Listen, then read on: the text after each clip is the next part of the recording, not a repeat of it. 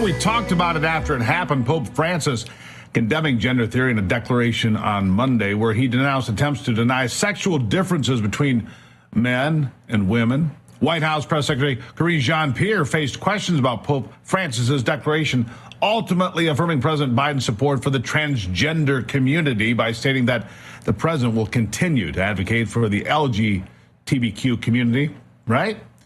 Francis's declaration, which took more than 5 years to make, addressed over a dozen individuals' issues of the modern day through the lens of scripture, including abortion, human trafficking, poverty, euthanasia, the death penalty, and a whole lot more. Despite being a Catholic, Joe Biden doesn't care what the Pope thinks. He's still going to try to carry on with this gender theory nonsense, which, given his age, is quite possible anyhow. Here with me to discuss this White House response to the declaration is the host of Church and State, Lucas Miles. Lucas, nice to see you. Good to see you. All right, so this Pope has been, he's been back and forth on some things. He's been awfully left on some things. And then he comes out in a very, this is a very stern statement. You are playing God, is what he said, basically. When you try to convert or transition somebody from male to female, female to male, you're playing God. That's not your place. That's me kind of interpreting what was said. It is what he meant, isn't it?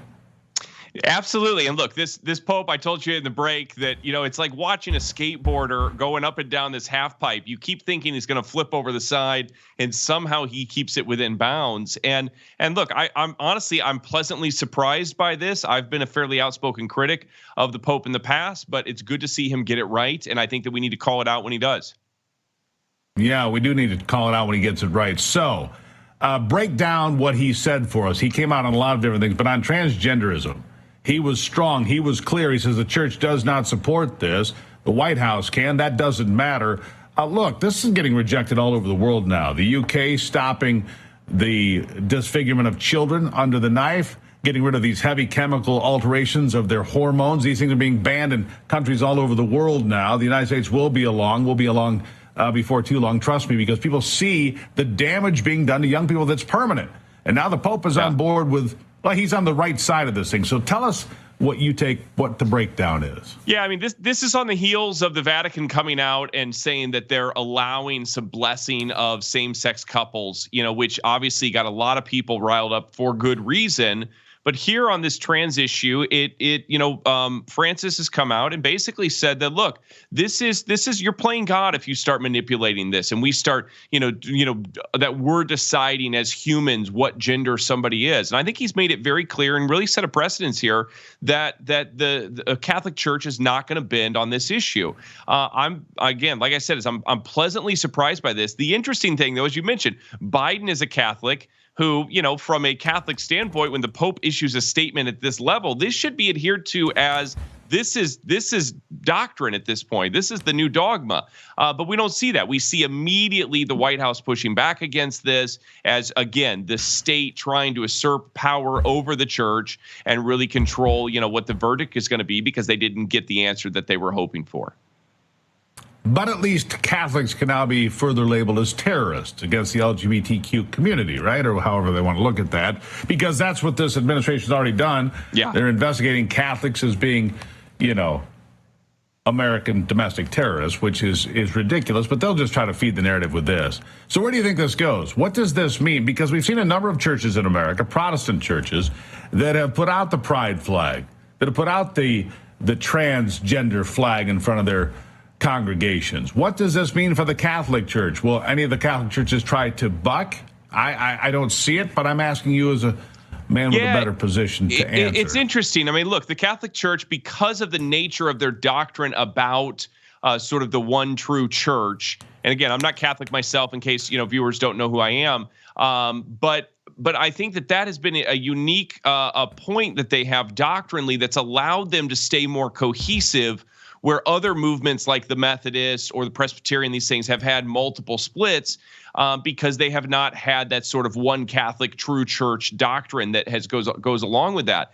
So what's interesting to see as the Vatican becomes more dogmatic about certain positions, is that going to cause more kind of fringe priests to look for ways to kind of break away? I don't know. I'm with you. I don't think we're there yet. Could it be moving there in the future? Certainly could. But my hope is that this sort of, starts righting the ship a little bit. And again, Francis has been off on multiple declarations. He's still a liberation theologian, which has a lot of Marxist influence in it. But on this issue, he hasn't verged on, this idea that we are created male or female. And I'm glad to see that. So it's going to be very interesting watching this play out, here over the next 12 months.